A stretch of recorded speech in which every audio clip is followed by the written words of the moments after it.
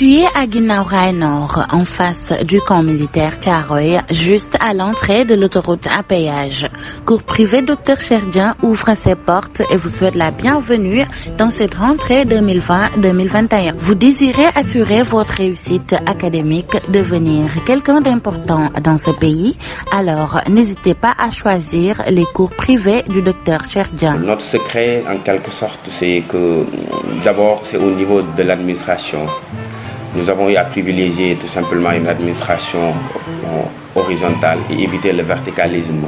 Et non sans savoir aussi que le seul baromètre ou le seul indicateur fiable, en quelque sorte pour une école privée, ce sont ses résultats. Et nous nous sommes donnés corps et âme et nous avons eu à épuiser toutes les voies et moyens pour au moins satisfaire les parents d'élèves. Ça veut dire chaque année, nous assistons à des résultats vraiment qui montent au fur et à mesure. D'abord des 50%, des 75%, des 80%, et il y a une année que nous avons eu à faire 100%. Et cette année aussi, nous avons eu à faire de très bons résultats. Et tout ça est dû tout simplement à une bonne organisation. Également, je félicite de passage les professeurs, également l'administration. Les niveaux sont répartis comme suit: élémentaire, moyen et secondaire. Pour plus d'informations, veuillez nous contacter au 77 432 94 71 ou visiter notre site. salaamaaleykum mbokki internet Thiaroye Info TV mbégte kontante la ñuy amal dikkaat ak yéen ci seen émission mouvance bi la yoon nag ñu dem sunu ñaareelu émission tey jii nag ñu dalal rek benn collectif de revendication bu nekk fii ci Thiaroye ñu leen di duppee collectif pour la défense des intérêts de Thiaroye Gare boole nag ay kuréel yu bëree bëri ñuy xeex rek lépp lu di ak yelleefu doomi Thiaroye wala it sax ñi yeewoo fii ci Thiaroye ci loolee nag sax collectif bi yebal na fi ki nga xamante ni moo di Ousmane Ndiaye nekk coordonnateur collectif bi waaye it dinañ amal waxtaan ak Libaas Diagne nekk SG bu Gradest gannaaw gi nag dinañ rek jox sunu micro ki nga xamante ni moom moo ni Mamadou Baba Diallo nekk vice président bu Thiaroye sunu gox dañu mbokk yeeg xaritu Thiaroye Info TV yéen ñi saxoo di ñu suivre si seen chaîne YouTube Thiaroye Info TV dañu leen di bàyyi rek ngeen nuyoog dañuy may sunu ay invité rek ñu nuyoog yéen waxtaan ñu fas yéenee tàmbale waxtaan bi nuyoo bi nag dañ koy door rek ki nga xamante ni moo di Ousmane Ndiaye ñu ngi lay nuyu. waaw asalaamaaleykum mbokk internet yi man maa ngi tudd Ousmane Ndiaye maa ngi leen di nuyu di leen ziar dëkk Thiaroye Gare nekk coordonnateur du collectif pour la défense des intérêts de Thiaroye.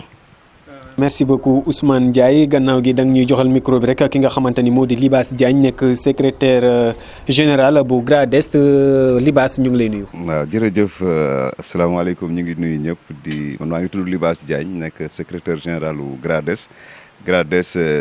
c'est le groupe d'appui au développement au sport de Thiaroye Gare maa ngi dëkk quartier Fass vraiment di rafetlu liggéeyu Thiaroye Info News. ci pratiquement seen taxawaay biir Thiaroye Gare gis nañ ko rafet na lépp loo xam ne Thiaroye mi ngi ciy yëngu ci wàllu développement ci wàllu promotion yeneen i activités ñu ngi ciy taxaw vraiment ñu leen di gërëm bu baax.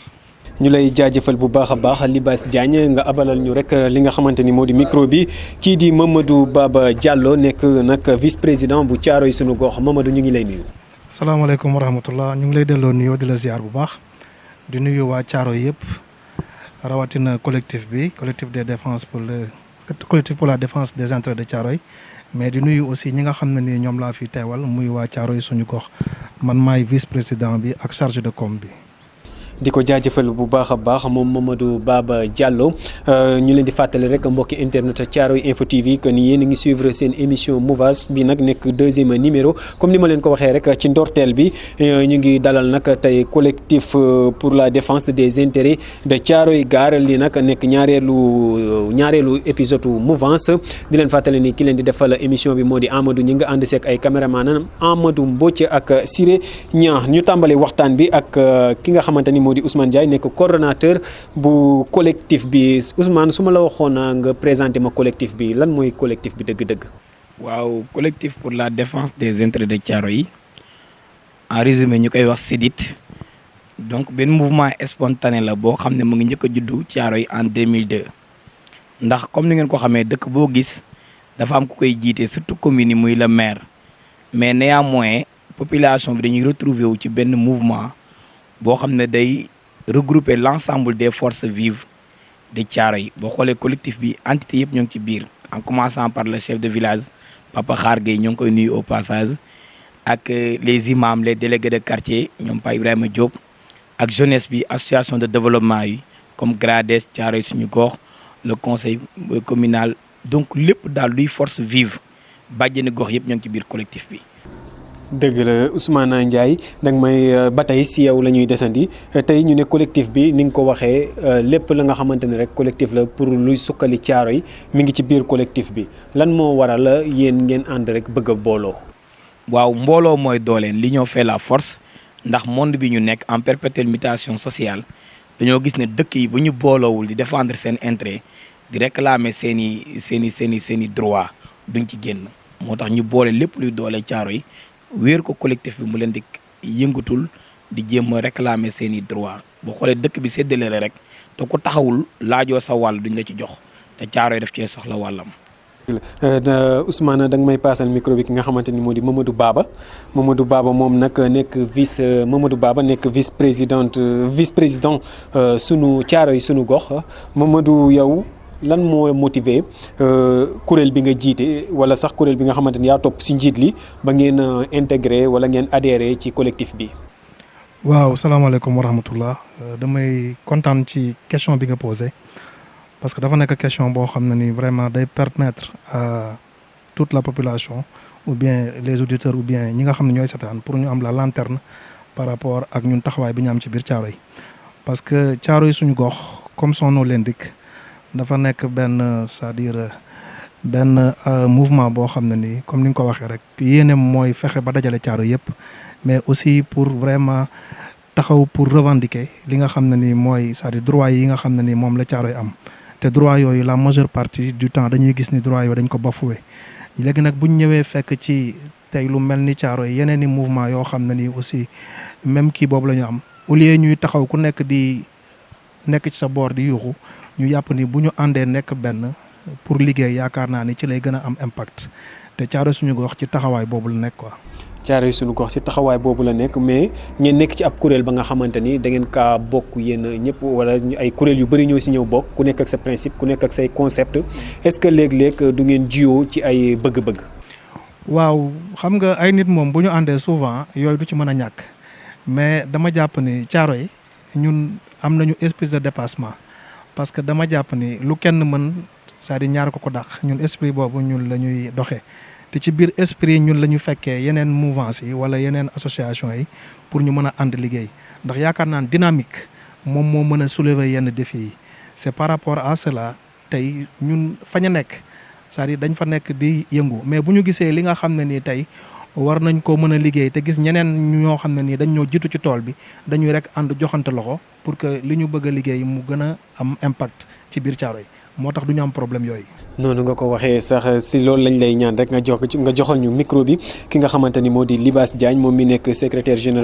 général bu GRADES Libaas gannaaw bu ñu la nuyuwaatee rek dañu lay fi ñu jëm ak yow moom mooy tey jii GRADES nekk na la nga xamante ni kenn dootu ko présenté fii ci Thiaroye Gare waaye ñu gis leen ci xeex ba nga xamante ni d'habitude xëy na mënoon ngeen cee bañoon dugg mais lan moo leen gën a motiver ba ngeen dugg ci xeex boobu. waaw jërëjëf Amadou comme ni nga ko waxee GRADES moom kuréel la goo xam ni maa ngi nuyu le président Alioune Dieye au passage kuréel la goo xam dafa rassembler en tout cas ci objectif am dafa bëgg a rendre effectif lépp luy interconnectivité entre tous les Thiaroye waa quel que soit endroit bi ñu nekk donc ñu gis ni dafa regrouper ay Thiaroye waa yu nekk Thiaroye yu nekk Dakar yu nekk Sénégal même yu nekk ci diaspora bi. donc di indi seen appui comme ni ma ko waxee ci lépp luy culture développement sport bu localité bi donc loolu moo leen yëkkati donc kuréel gu mel noonu tamit bu jékki-jékkee ñu gis Thiaroye Gare mu nekk ci ay situation yoo xam ni doy na waar ñu gis collectif bu mel ni taxaw laaj pour que yëpp force vive yëpp ñu dajaloo ci taxaw pour indi ay solution ci jafe-jafe yi nga xam ne Thiaroye moom lay dund actuellement xam naa nañ ci ñëw ci kanam donc GRADES du mën lu dul adhéré ci loolu moo tax GRADES impliqué wu fortement ci biir collectif bi pour en tout cas li fi nekk comme situation actuelle di ay jafe-jafe yoo xam ne Thiaroye Gare mi ngi koy dugg moom it mu mën ci jouer pleinement son rôle. ci loolu yow ba tey Libaas Diagne dañuy desandi ak yow rek di la laaj comme laaj bi ñu laaj ki sa naataango bii di Mamadou Baba lan moo motiver dëgg GRADES gannaaw yooyu nga wax que ni daal dafa nekk jot na rek GRADES dugg ci xeexu ba nga xamante ni population Thiaroye yi ñoo ko soxla mais gannaaw gi loolu daal parce que revendication dafa rëy tey lan moo war a motiver GRADES ba mu dugg ci loolu. déjà vie objectif moo ko motiver parce que objectif GRADES déjà dafa nekkoon ci dajale ratisser large dajale parce que y a quelques mois GRADES lancé na initiative bu mel ni woote benn réunion ci centre bi pour jéem a regrouper l'ensemble des forces vives. yi ñu identifié woon ci dëkk bi mooy leader d'opinion yi délégué de quartier yi association yi avec le stade de Thiaroye la zone 5 ñëpp pour ñu toog ñu réfléchir ensemble parce que boobu gisoon nañ ni situation bi prévaloir à Thiaroye actuellement mi ngi commencé di màgg di jëlee ampleur yoo xam ne ñu ni il faut ñu taxaw ci donc acte bi mu njëkk a teg mooy jël initiative boobu pour jéem a inviter l'ensemble des acteurs ñu toog donc GRADES bu mënee am initiative boobu donc bu gisee kuréel gu mel nii boo xam dafay dajale lépp luy force vive wu Thiaroye def naa loolu rek doy na ko motivation parce que dafay coller exactement ak objectif am. collectif wala benn plateforme de revendication ngeen taxawal mu nekk collectif pour la défense des intérêts de Thiaroye Gare est-ce que mën nga maa wax yan ngeen bëgg yan ngeen di revendiquer fi mu toll nii bu nekk rek bu dee juróom la nga ne ma juróom la bii la ak bii sans autant nga développer. actuellement nii bu ñu koy résumer ñu ngi taxaw ci ñetti revendication essentielles ñetti revendication yi mooy que ni terre bi depuis daaw ñu ngi ciy wax à travers beneen groupe boo xam ni moom mi ngi taxawoon di xeex pour ñu teg ay passerelle Thiaroye parce que de bout en bout ci extrémité yi gis nañ ni APIX dafa tëj Thiaroye ca frontière bi ak Gannaaw Rail ba ci frontière bi ak Yeumbeul Sud lépp la tëj amul benn voie de passage ci diggante. gannaaw terre bi ban revendication it. donc après terre bi ñu gis ni camp bi dañ ko clôturer par un mur de clôture bu fort ba pare lépp luy infrastructure yi nga xam ni population yi moom lañ soxla dafa nekk ci biir camp bi donc du coup dafay rendre inaccessible ak infrastructure yi ñetteel bi ñu gis ni mooy am na benn tali bu ñuy wax 203 mooy tali bi jiitu Thiaroye Gare tali boobu depuis 20 ans 30 ans tali bu ngi yàqu kenn mënu ko defar. Libaas dañu lay jaajëfal da ngay teg foofu sa baaraam rek joxal ñu micro bi ki nga xamante ni moo di Ousmane ñu dikkaat ak moom ci yooyu waaye balaa loolu damay fàttali rek mbokki internet Thiaroye Info TV que ni yéen a ngi suivre rek li nga xamante ni moo di mouvance nekk nag 2e numéro ci loolee nag sax ñu leen di yëgal ni rek mën ngeen ñoo topp di ñu suivre si www.thiaroyeinfo.net wala sax ngeen topp ñu sunu ay page Facebook ou Instagram waaye it bu ngeen bëggee bokk daal ci équipe bu ngeen bëggee daal mouvance seet si leen rek mën ngeen kaa jot ci 77 777 88 65 Ousmane ñu dikkaat ak yow première revendication bi seen plateforme bi mu nekk wàllum terre bi te léegi Libaas Diagne mi ngi ñuy leeral que ni Thiaroye dañ kaa tëj fi mu toll dafa enclavé wu lan ngeen di revendiquer dëgg-dëgg ci wàllum terre bi. waaw boo xoolee projet terre bi projet bu bees la ci Sénégal donc jóge Dakar jëm ñaajo jaar biir Thiaroye raay yàgg na fi mais raay yi dañ ko daan jéggi nit ñi dañ daan dem fu leen neex mais ak terre bi ak courant bi ci am dafay am benn mur kenn du mën a jéggi te président de la république dafa sóoraale woon ne terre bi bu dëkk bu mu jaar chaque 300 mètres war na am passerelle chaque 300 mètres dafa war am passerelle ndax nit ñi terre bi aussi comme mobilité moo ko tax a jóg waruñu ko fee def muy xañ nit ñi seen mobilité te terre bi bu jaaree ci biir dëkk bi nit ñi war nañu ko mën a jéggi à travers des passerelles ou des tunnels. ndax président 300 mètres yooyu mu wax chaque 300 mètres dafay am passerelle yooyu da kaa deful wala lan la. Thiaroye moom amu fi Thiaroye moom da ngay def 1 kilomètre doo gis passerelle. Thiaroye amul passerelle. amul passerelle 0 passerelle à Thiaroye Gare waaw. passerelle yi nekk fii yi sekk Thiaroye fan la nekk. passerelle bi benn mu ngi ginnaaw raay benn baa ngi Yeumbeul Sud. ginnaaw raay Pikine ginnaaw raay. ginnaaw raay benn baa ngi Yeumbeul Sud. Yeumbeul Sud kon léegi waa Thiaroye ku bëggoon jóge fii nii dem gëstu wala yeneen gox yi nekk fële. sam nga jaar fa wala nga jaar ci pont bi bokk ak oto yi mais amul fenn foo mën a jaar. d'accord mais est-ce que pont bi taxul tamit puisque pont bi nit ñaa ngi ciy jaar oto yaa ngi ciy. dañoo amul fu ñu jaar mais pont bi pour oto la fu mu ne nii insécurité totale la nit ñi di ko bokk ak oto yi. gannaaw tëj boobu ñu leen tëj yéen daal passerelle yi rek ngeen di lii. passerelle lañ bëgg bu ñu mënee am tunnel aussi pour mag ñi. ak yeneen vraiment. personne à mobilité réduite tunnel moom góob ma ni mën na cee am ak terre bi. waaw de ñun suñu bëgg-bëgg rek la ñuy wax état mooy xool faisabilité bi mais bëgg nañ ay passerelle daal vraiment. passerelle yooyu ngeen bëgg Ousmane est-ce que li ngeen koy revendiquer jaar ngeen fi ngeen war a jaar yëpp. dem nañ fépp toog nañ ba toog ak directeur APIX Mountaga Sy wax ko suñu bëgg-bëgg mu ñëw Thiaroye constater les faits ne effectivement c'est légitime de gouverneur de la région de Dakar ñëw na fi ne c'est légitime. am nañ waaj doomu Thiaroye yam audience ak président wax ak moom mu ne léegi effectivement war ngeen am passerelle mais boobu léegi France. joxal ma micro bi Baba li ngeen wax doy na waar Baba kii nee na fépp kii nga xamante ni moo di Ousmane nee na fépp fu ngeen war a jaar pour ay passerelle am fii si Thiaroye jaar ngeen fa amul tey lan la leen lool di def askan ngeen bokk ci ab population ngeen bokk ci ab pays si ab dëkk si ab réew di revendiquer li nga xamante ni yaakaar ngeen ni seen àq la ak seen yelleef mënoo leen see jot. waaw loolu moom métti dëgg la ak vraiment njàqare ak tiis parce que vraiment la situation est comme ni mu présenté woo tey ku ñëw Thiaroye vraiment même boo fi dëkkul sax booy génn li ngay njëkk a sentir mooy désolation. parce que comme niñ ko waxee ci benn sa distance su presque 1 kilomètre et quelque lu tàmbalee police Thiaroye ba ci croisement Tali Diallo boo bëggee c'est-à-dire traverser Thiaroye ndax Thiaroye terre bi ni mu ko def moo tax daf ko xaaj en 2 parties bi mu ko xaajee en 2 parties ñu ériger mur de protection et de sécurité mais aussi il fallait au préalable comme ni ko président aussi diggee chaque 300 mètres mu def ay passerelles. kon bu ñu waxee 1 kilomètre ñun sax li ñuy revendiquer bariwul ñaari passerelle la ñuy revendiquer muy mbedd cinéma ak jumaa ji itam ndax yooyu ay axe la yoo xam ne ni booy xool passerelle yi dañuy wax Thiaroye Gare mais non non. mais diggante boobu mën na 300 mètres. ëpp na ko c'est-à-dire même bu ko matul tey mënoon nañ ko ériger feneen foo xam ne mais dafa nekk ñaari mbedd yoo xam ne ni mooy mbedd yi nga xam ne moom la nit ñi di emprunter à chaque fois pour traverser c'est-à-dire passage u terre bi quoi mur bi. mais gannaaw passerelle yooyu ngeen di lii est-ce que terre bi causé wul benn insécurité manque de sécurité ci Thiaroye diggante bi. waaw effectivement xam nga insécurité tey weesuwul tey lu mel ni ay raay ay train di fa jaar tey nga fatt lépp bàyyi benn bunt boo xam ne nii ci jumaa ji la te bunt boobu jàpp nañ ni travaux yi ak ni muy continuer nii bientôt dinañ ko tëj ndax bu terre bi commencé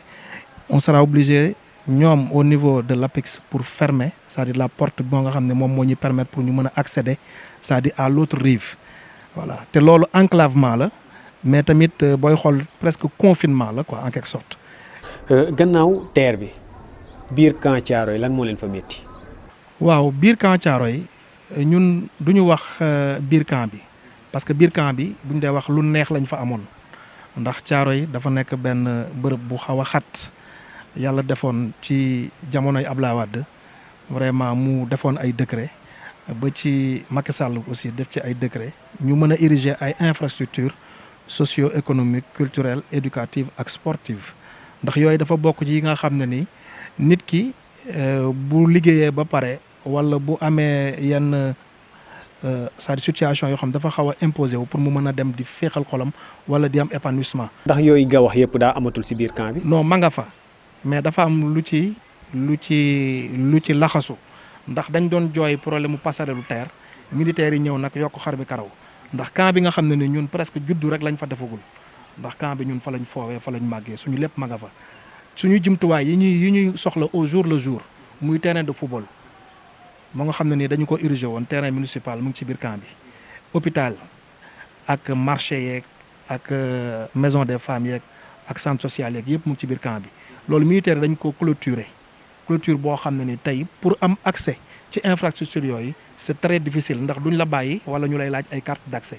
te loolu man je crois que ay infrastructure publique socio-économique et culturelle c'est civil. su ma la déggee camp ba dañ kaa tëj amatoo leen fa accès. non amatuñ fa accès. passal ma micro bi Libaas moom mi nekk ci wàllum culture ak sport te domaine yooyu rek nga fi wax loolu moom dafay doy waar Libaas camp Thiaroye ñu ne da ngeen kaa tëj dañ ce n'est plus accessible quoi à la population thiaroyoise n'est-ce pas tey jii camp Thiaroye ak ni mu meloon comme ni ko Baba waxee daanaka juddoo rek ngeen fa deful te bu ngeen amoon chance tuuti hôpital ba yàggoon fa xëy na ngeen juddoo fa tey jii nag ñu ne leen dootoo leen fi dugg dégg naa sax jël nañ ay terrain def fa marché et cetera ak marché bi nga xamante ni amoon na fi loolu lépp lan mooy problème bi dëgg-dëgg. waaw jërëjëf Amadou nga may ma tuuti ma ñëwaat ci insécurité bi ci terre bi parce que dafa am aspect yu am solo sànq wax nañ ko nee nañu peut-être amul passerelle ci distance 1 kilomètre nee nañ 300 mètres yu nekk le président de la république wax ni war na am passerelle donc ñun gis nañ ni Thiaroye war na am ñaari passerelle ci diggante boobu minimum bu mënul nekk ñett léegi insécurité bi parce que boo gisee pont yi ni ñu ko configuré moo xaw a doy waar parce que benn pont bu ci nekk pour nga traverser ko à pied di nga dox lu war a mat 500 à 600 mètres ci benn pont bu nekk amul éclairage donc insécurité bi dafa nekk d'ailleurs apparemment même pont bi nekk route des Niayes il paraît agressé nañ fa nit ba rey ko waaw donc déjà conséquences yi. insécurité am na foofu donc insécurité bi moom mu ngi fi am na. camp Thiaroye beeg inaccessible. donc bu ñu ñëwee ci camp bi ñun suñu problème mooy état wu Sénégal moo ñu yilif moo yilif militaires yi moo yilif lépp bi mu demee moom am na ay borom xam-xam ay kàngam ci domaine bu nekk. bu situation bu contexte taxawee ñu mën a def ay analyse donc bu ñu demee ba 2002 ñu gis ni Thiaroye Gare li fi nekkoon ci infrastructure weesu lu dul benn dispensaire bi moo fi nekkoon ak ñaari école primaire moo fi nekkoon comme infrastructure. d'accord ba tey nga joxal ma Baba marche bi yaa ngi fa woon. waaw maa nga fa woon ci première ligne bi sax oui. ma la si film yi de. si marche bi ko seetaan rek. man maa jiite woon. Baba marche bi am na def ngeen évaluation ndax fi mu toll am ngeen benn feedback bi maanaam benn retour ba nga xamante ni leer na leen ni fii ak quelque temps xëy na autorités yi dëkk bi dinañ réagir. waaw gëm nañu loolu parce que marche bi quoi qu'on dise bon ce fut un succès parce que bon bi ñu marché rek. Quelques heures après diffusé nañ ko à travers les chaînes TV nga xam ne Sénégal yëpp vraiment ñu ngi ñuy woo fu nekk déjà di ñu encourager mais di ànd ak ñun ci li nga xam ne nii du demande nag dama koy préciser yi ñu doon kii noonu du demande mais revendication la c'est-à-dire c'est quelque chose boo xam ne nii suñu droit la voilà léegi nag retombées yi mooy que c'est sûr que les autorités sont en train de s'activer par rapport à c'est-à-dire nos revendications parce que mu nekk loo xam ne ni c'est un droit. marche boobu ngeen doon def yéen askanu Thiaroye ngeen am ay élus fii ci Thiaroye sentir ngeen leen ci. waaw bon côté boobu moom franchement tey bu ñu dee wax élu tey au niveau de Thiaroye man je crois que le premier magistrat c'est le maire de la ville le maire de la commune vraiment ñu ngi ko doon xaar moom mu nekk ci premier plan. parce que li ñuy revendiquer yaakaar naa ni moom moo ci waroon jiitu mais malheureusement il n'a pas été présent. maanaam maire bi li nga bëgg wax mooy il s'en fout de la population de Thiaroye. bon xam nga tey je ne peux pas bon pour dire vrai je ne suis pas là aussi pour faire le procès parce que l'histoire nous édifiera par rapport à actes yi mu posé parce que Thiaroye dama ne Thiaroye dans son ensemble et Thiaroye à travers toutes ces entités. ñu ngi woon à la marche kon moom dafa waroon nekk en première ligne. mais seen marche bi ay mbuucaa mbuuj rek a fa neewoon ay mbuucaa mbuuj boo yeeg 5 ans 7 ans yooyu daal ngeen dajale Thiaroye gi yëpp indi leen. xam nga suma collègue Libaas léegi ak c'est-à-dire Ousmane ñu ngi koy wax léegi marche bi mën naa ne c'est le chef de village ak les imams man xëy na sax man maa fa gënoon nekk mbuucaa mbuuj xëy na mën nga seen jàpp ne ci mbuucaa mbuuj laa mais ñi ma fa gën a ëpp martaba ñëpp ñu ngi fa woon te vraiment marche bi nekkul woon Thiaroye Gare kese et souvent dama koy bëgg a signaler da ko bëgg a signifier mooy que gis nga même problème passerelle yi ak problème mu miiru camp bi du Thiaroye Gare parce que tey mën naa ne dafa regrouper lu mot 4 ba 5 communes mën naa citer communes yi déjà lu mel ni tey Thiaroye Gare Djiddah Thiaroye Kaw Yeumbeul Sud yooyu yëpp tey fi mu ne nii lii dafa am impact bu négatif. gannaaw mbuucaa mbuuju Thiaroye Gare yooyu yëpp ngeen génne dernier mot. waaw dernier mot mooy vraiment man personnellement damay remercier di encourager c'est-à-dire waa Thiaroye yëpp mais aussi di ko jaaree ci Thiaroye suñu gox di jaaree ci président muy Ngagne Diop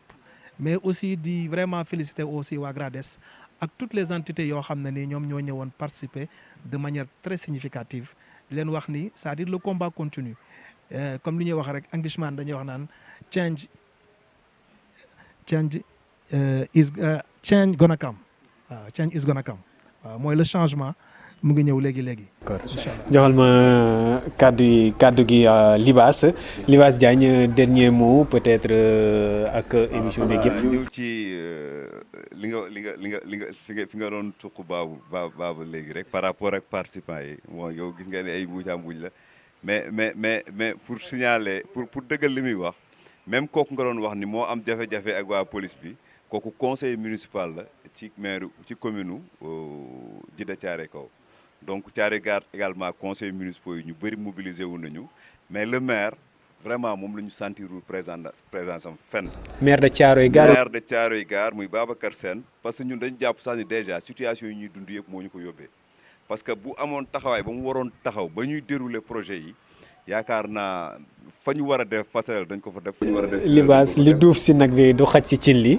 waaw dañu lay lii rek nga lii sa dernier mot. waaw di leen remercier Thiaroye Info di remercier Ami Paye bu baax taxawaayam ci dëkk bi rafet na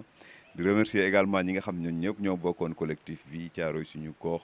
GRADES SAD de Thiaroye la zone 5 les ASC leader d'opinion yi surtout chef de village El Hadj Khar Gueye vraiment kooku ñu jàppale la ku ñu gunge la moom ak l'ensemble des délégués de quartier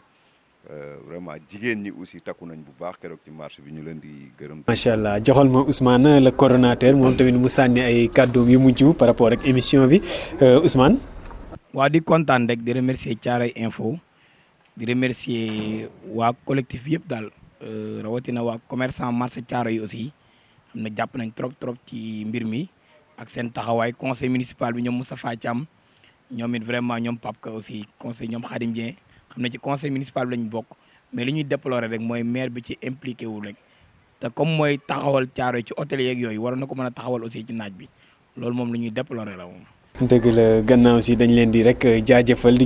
rek collectif bi nga xamante ni moo di collectif pour la défense des intérêts de Thiaroye Gare doon leen fàttali ni nag tey jii moom la émission mouvance dalaloon ñoom ñooñee nag sax yebaloon fii seen i ay ndaw ku ci mel ni Ousmane Ndiaye nekk coordonnateur collectif boobu waaye it Libaas Diagne nekk secrétaire général bu GRADES moom it ànd ceeg ki nga xamante ni moo di Mamadou Baba Diallo nekk vice président Thiaroye sunu gox. di leen fàttali ni nag yéen a ngi doon suivre émission mouvance si Thiaroye Info TV comme ni ma leen ko waxee ci ndorteelu émission bi rek mën ngeen ñoo topp di ñu suivre via notre chaîne YouTube Thiaroye Info TV wala sax si www.thiaroyeinfo.net wala sax sunu ay page Facebook wala Instagram bu ngeen bëggee nag équipe bu mouvance seet si leen mën ngeen ñoo jot si 77 777 88 65 mbokk yeeg xarit cher internaute ñu ngi leen di jaajëfal di leen jox dig daje niki àllarba bii ñu dëgmal ak beneen invité.